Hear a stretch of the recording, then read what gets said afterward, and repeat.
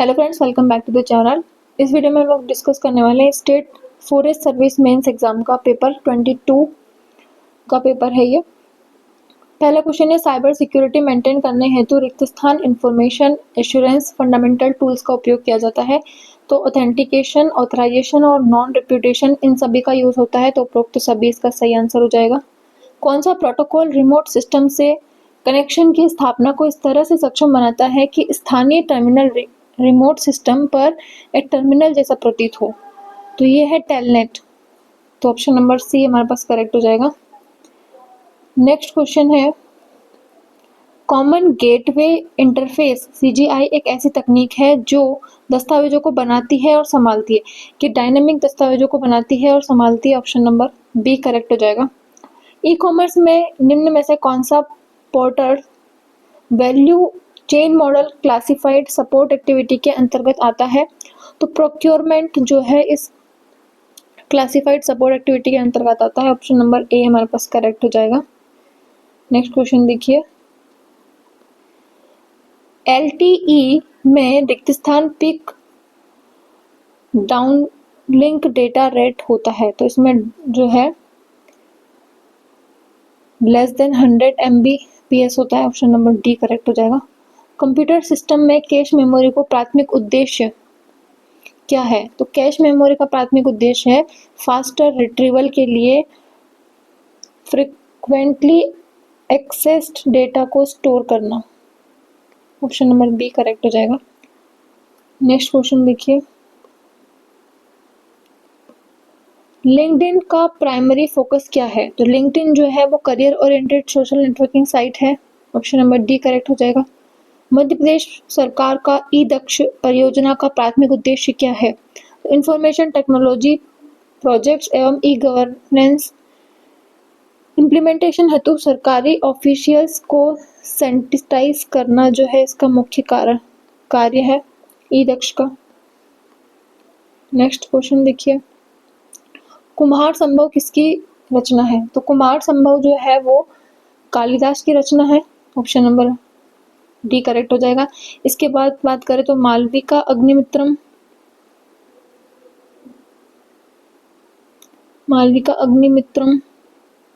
कालिदास की रचना है, जो कि शुंग वंश के अग्निमित्र और उनकी प्रेमिका मालविका की प्रेम कथा पर आधारित है।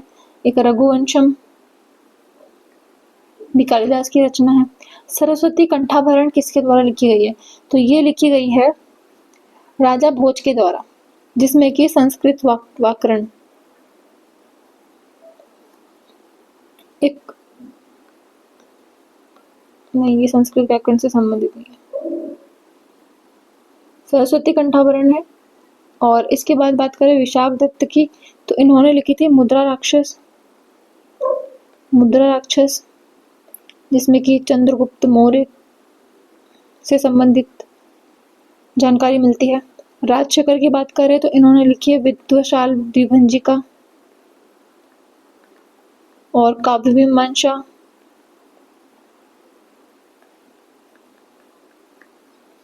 ठीक है। और राजशेखर ने युवराज देव प्रथम जो कलचुरी के त्रिपुरी वंश से थे, उनको क्या कहा है? उज्जैनी भुजंग कहा है।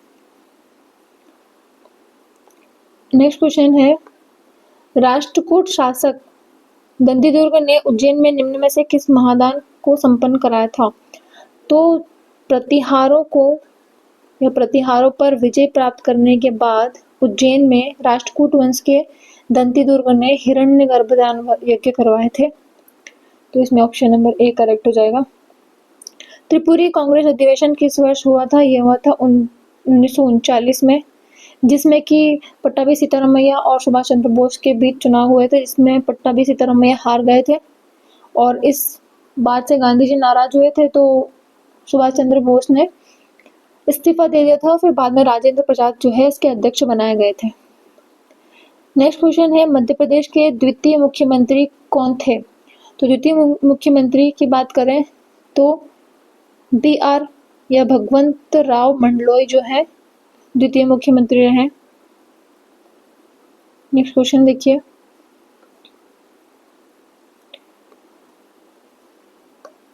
1708 ईस्वी में भोपाल रियासत की स्थापना किसने की? तो बात करें औरंगजेब, औरंगजेब का सेनापति था मोहम्मद खां, दोस्त मोहम्मद खां। इन्होंने औरंगजेब की मृत्यु के बाद भोपाल रियासत की स्थापना की थी। तो ऑप्शन नंबर सी हमारे पास करेक्ट हो जाएगा। पूर्ण चंद्रोदय किस भाषा का समाचार पत्र है? तो ये पहला मराठी भाषा का समाचार पत्र है जो कि कहाँ से प्रसारित होता था? इंदौर से, मालवा। वही बात करें अगर मालवा अखबार की, मालवा अखबार ये प्रसारित होता था 6 मार्च 1849 को प्रसारित हुआ था। कहाँ से? इंदौर से। और ये पहला हिंदी अखबार है। मांधाता का मेला मध्य प्रदेश में कहाँ आयोजित होता है? तो मांधाता के मेले की बात करें तो मध्य प्रदेश में ये आयोजित होता है खंडवा जिले में। मांधाता जो है वो किसका नाम है? ये मुचुकुंद जो था, जिसने अपने पिता मांधाता के नाम पे नगरी बसाई थी ओंकारेश्वर। ममलेश्वर महादेव शिवलिंग है यहाँ पे, ज्योतिर्लिंग में आता है जो कि, तो ओंकारेश्वर का पुराना नाम है मांधाता। तो यह आ जाता है खंडवा में। तो इसका सही आंसर हो जाएगा डी। बाघ की गुफाएं कहाँ स्थित है? तो बाघ की गुफाएं जो है धार में स्थित है।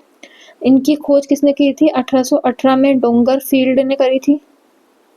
डोंगर फील्ड ने करी थी इनकी खोज। इसमें पहले 9 गुफाएं थी लेकिन वर्तमान में 5 गुफाएं हैं। वर्तमान में 5 गुफाएं हैं। उसके बाद बात करें अगर बाघ की गुफाओं, कहाँ पे है? बाघ नदी के किनारे है, ठीक है, धार जिले में। और धार जिले से ये कौन सी नदी निकलती है? माही नदी निकलती है मिंटा गांव से, जो कि कर्क रेखा को 2 बार काटती हुई राजस्थान में प्रवेश करके फिर गुजरात होती हुई खंबात की खाड़ी अरब सागर में चली जाती है। चंदायतन जो है किसकी रचना है? तो चंदायन जो है वो रचना है मुल्ला दाऊद की। तो ऑप्शन नंबर ए हमारे पास करेक्ट हो जाएगा। नेक्स्ट क्वेश्चन देखिए, मध्य प्रदेश का सबसे बड़ा तेंदुपत्ता उत्पादक राज्य, एक मानक बोरे में कितने तेंदुपत्ता आते हैं? तो मध्य प्रदेश जो है देश का पहला तेंदुपत्ता उत्पादक राज्य है, सबसे बड़ा। और अगर तेंदुपत्ता की बात करें तो एक बोरे जो है, या जो एक मानक बोरे की बात करें तो उसमें 50,000 पत्ते होते हैं, मतलब 50 गट्टे होते हैं, जिसमें कि 1000, मतलब 1000 गट्टे होते हैं 50 पत्तों के, ऐसा कुछ है। और इसी तेंदुपत्ता धारक के लिए एकलव्य योजना है जो कि शिक्षा से संबंधित है। तो तेंदुपत्ता धारक के जो बच्चे होते हैं उनके लिए एक शिक्षा योजना है ये, ठीक है। बाकी तेंदुपत्ता का राष्ट्रीयकरण सबसे पहले हुआ था 1964 में। मध्य प्रदेश की सोन नदी की सहायक नदी नहीं है। तो सोन नदी की बात करें तो ये निकलती है नर्मदा के पास में अमरकंटक अनूपपुर जिले से निकलती है, जो कि इस तरह से होती हुई बघेलखंड में होती हुई कहाँ चली जाती है? पटना बिहार में गंगा नदी में मिल जाती है। तो गोपद, जोहिला और इसके अलावा कन्हार, तिपान, ये सारी ही नदियां इसकी सहायक नदी है। ठीक, क्वेश्चन डिलीट कर दिया गया था क्योंकि ये सारी ही नदियां इसकी सहायक नदी है। गोंद, ये बोलते हैं नर्मदा, सोन, जोहिला, गोपद, कन्हार, तिपान, ये सब नदियां इधर से निकलती है अमरकंटक से।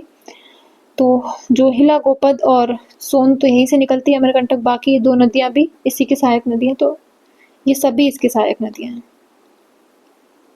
नर्मदा नियंत्रण प्राधिकरण का मुख्यालय अवस्थित है। तो ये जो मुख्यालय है ये कहाँ पे? इंदौर में है, नर्मदा नदी का। हालांकि नर्मदा नदी इंदौर तक आती नहीं है, लेकिन फिर भी प्राधिकरण का मुख्यालय तो इंदौर में ही है। नेक्स्ट क्वेश्चन है, नर्मदा बेसिन का कितना प्रतिशत भाग मध्य प्रदेश में स्थित है?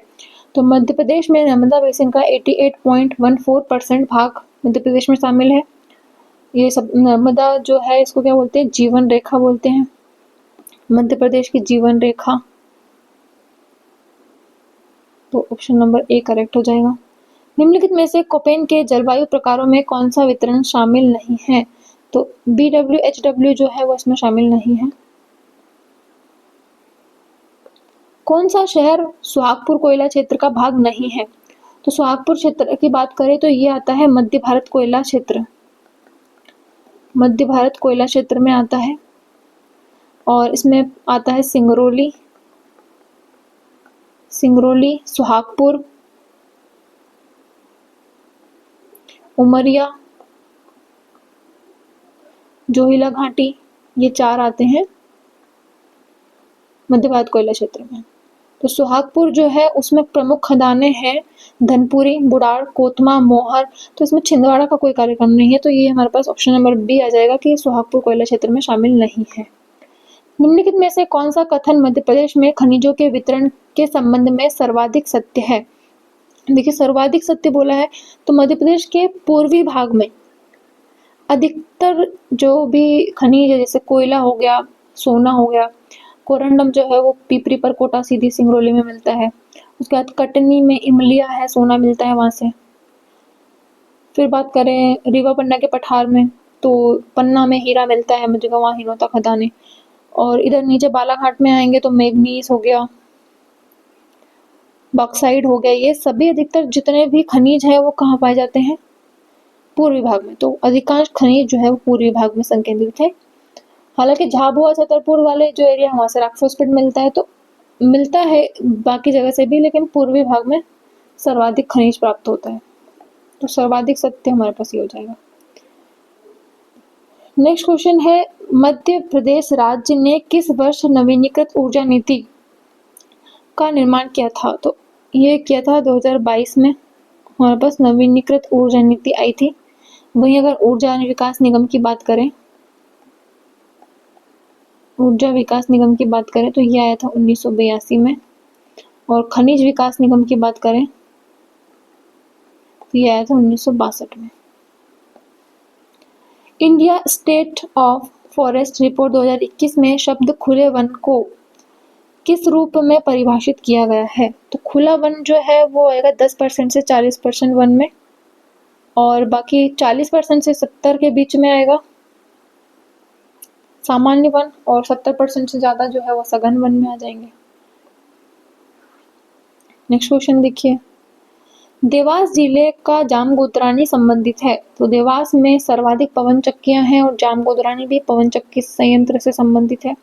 मध्य प्रदेश का 7वां स्थान रहा है भारत में, 3500 मेगावाट क्षमता के साथ में पवन ऊर्जा का आंकड़ा रहा है 2025-26 के अनुसार।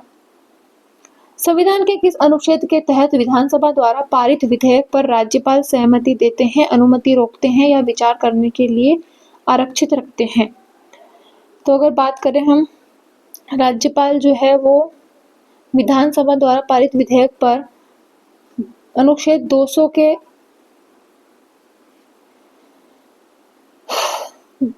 तहत विचार करते हैं और इसको वापस भी भेज सकते हैं। जबकि बात करें धन विधेयक की बात करें तो धन विधेयक जो है अनुच्छेद 199 के तहत ये जो है पूर्वानुमति से पारित होता है धन विधेयक राज्यपाल की, तो इस पे उनको सिग्नेचर करना पड़ता है। वहीं अगर विधेयक की बात करें तो ये धन विधेयक है या नहीं है ये बताने का अधिकार विधानसभा अध्यक्ष को होता है। पंचायती राज व्यवस्था का मूल उद्देश्य क्या है? तो इसका मूल उद्देश्य है विकास में जन भागीदारी, फिर राजनीति जवाबदेही नहीं है, लोकतांत्रिक विकेंद्रीकरण इसका प्रमुख कारण है। ये पंचायतों को ज़्यादा शक्तियाँ प्रदान करने के लिए वित्तीय संग्रहण, ये तो नहीं है। तो ऑप्शन नंबर ए और सी, तो ऑप्शन नंबर सी हमारे पास करेक्ट हो जाएगा। नेक्स्ट क्वेश्चन देखिए, मध्य प्रदेश सरकार की ग्रामीण दीनदयाल अंत्योदय योजना किससे संबंधित है? ये रोजगार से संबंधित है। रोजगार की बात करें तो 2022 में एक तो है भीमराव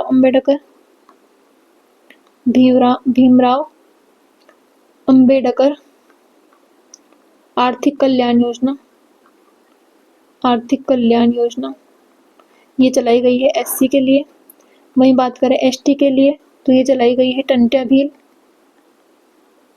टंट्या भील आर्थिक कल्याण योजना, आर्थिक कल्याण योजना ये चालू की गई है 6 सितंबर 2022 को। वहीं बात करें बिरसा मुंडा, बिरसा मुंडा स्वरोजगार योजना ये भी चलाई गई है 2022 में। ठीक है, तो ये सभी जो है स्वरोजगार योजना है। इसके अलावा टंट्या भील के नाम पे एक और है टंट्या भील स्वरोजगार योजना। तो इसमें हमारे पास 2013 से चल रही है ये। इसमें 18 से 45 वर्ष तक ये बिरसा मुंडा और टंट्या भील स्वरोजगार योजना दोनों स्वरोजगार योजनाएं हैं। इसमें 18 से 45 वर्ष तक के व्यक्तियों को ऋण उपलब्ध कराया जाता है। वहीं बात करें आर्थिक कल्याण योजनाओं की तो ये भीमराव वाली और टंट्या भील आर्थिक कल्याण योजना दोनों में ही 18 से 55 वर्ष का आयु सीमा रखी गई है। 2011 की जनगणना के अनुसार मध्य प्रदेश में शहरी जनसंख्या का प्रतिशत, तो मध्य प्रदेश में शहरी जनसंख्या का प्रतिशत रहा है 27.6%। इसी के साथ साथ भोपाल जो है वो शहरी जनसंख्या में सर्वाधिक प्रथम स्थान पे है, सर्वाधिक शहरी जनसंख्या तो भोपाल में है, टोटल 27.6% रही है। नेक्स्ट क्वेश्चन देखिए, 2011 की जनगणना के अनुसार मध्य प्रदेश में प्रभावी साक्षरता दर, तो मध्य प्रदेश के 2011 के हिसाब से 69.3% जो है वो रही है साक्षरता दर। अगर हम एसटी पॉपुलेशन की बात करें तो एसटी पॉपुलेशन की जो साक्षरता दर है वो रही है 50%, 50.5 या 50% के लगभग रही है। ठीक है, और अगर हम पुरुषों की बात करें तो पुरुषों की रही है 59.5%। और वहीं बात करें अगर महिलाओं की साक्षरता दर एसटी पॉपुलेशन में तो वो रही है 41.5%। ठीक है, वर्ष 2021-22 में मध्य प्रदेश के द्वितीय क्षेत्र में किस उद्योग का योगदान सर्वाधिक रहा है, तो उत्पादन क्षेत्र जो है द्वितीय क्षेत्र में सर्वाधिक स्थान पर रहा है, इसका सर्वाधिक योगदान रहा है। मध्य प्रदेश के स्वयं के कर राजस्व में किस कर का योगदान सर्वाधिक रहा है, तो राज्य वस्तु एवं सेवा कर सर्वाधिक रहा है मध्य प्रदेश में। वर्ष 2021 तक मध्य प्रदेश को कितनी बार कृषि कर्मण पुरस्कार से पुरस्कृत किया गया है, तो 2026 को कृषि वर्ष घोषित किया गया है। इसी के साथ साथ 2021 तक या फिर वर्तमान तक भी मध्य प्रदेश को 7 बार भारत सरकार द्वारा कृषि कर्मण पुरस्कार प्राप्त हो चुका है। निम्नलिखित में से कौन सी फसलें मध्य प्रदेश की प्रमुख अनाज फसलें हैं, तो गेहूं और धान प्रमुख फसलें हैं। जो हमारा राजकीय चिन्ह है उसमें भी हम देखते हैं 2 बालियां लगी हुई है, एक तरफ गेहूं की एक बार और एक तरफ धान की। 2011 की जनगणना के अनुसार मध्य प्रदेश में कुल श्रमिकों में से कितने प्रतिशत कृषि गतिविधियों में कार्यरत थे, तो 69.8% जो थे कृषक गतिविधियों में शामिल थे। वहीं अगर संपूर्ण कार्यरत जनसंख्या की बात करें तो कार्यरत जनसंख्या जो है टोटल वो हमारे पास थी 43.5% ओनली।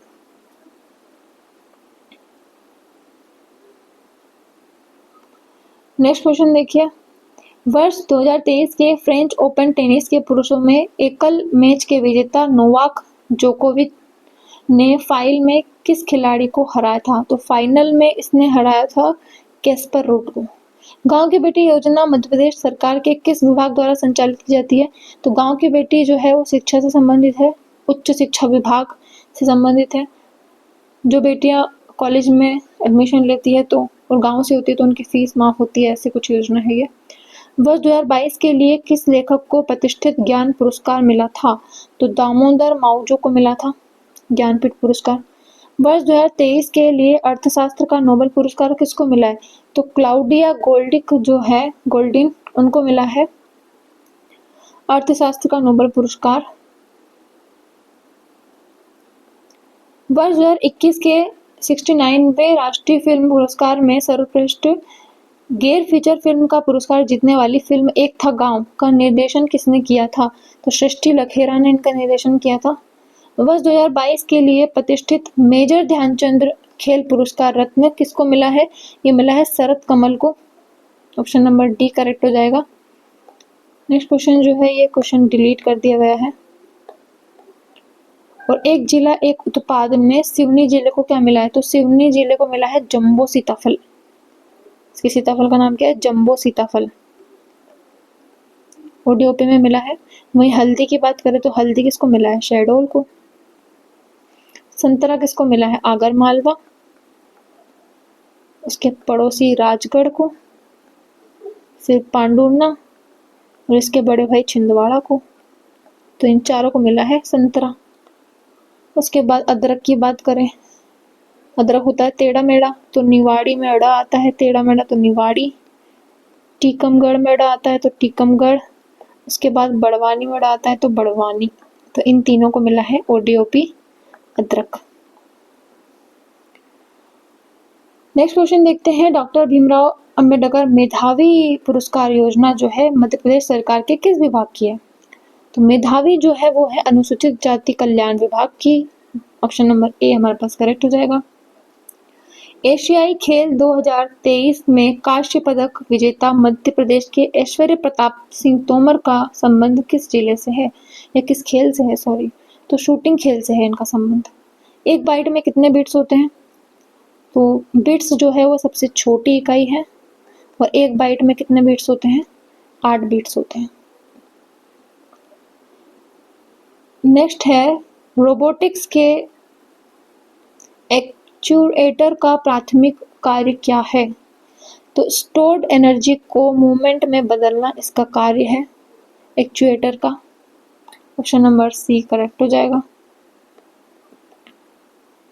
ठीक है, तो ये लास्ट क्वेश्चन था। ओके, होप आपको वीडियो पसंद आई होगी। Please like the video and subscribe the channel. बाकी इसी तरह के वीडियो और मैंने बनाए हुए एमपीपीएससी पार्ट ए के एमपीजीके से रिलेटेड, तो मैं प्लेलिस्ट पिन कमेंट कर दूंगी, आप वहाँ से चेक कर सकते हैं। Thank you for watching.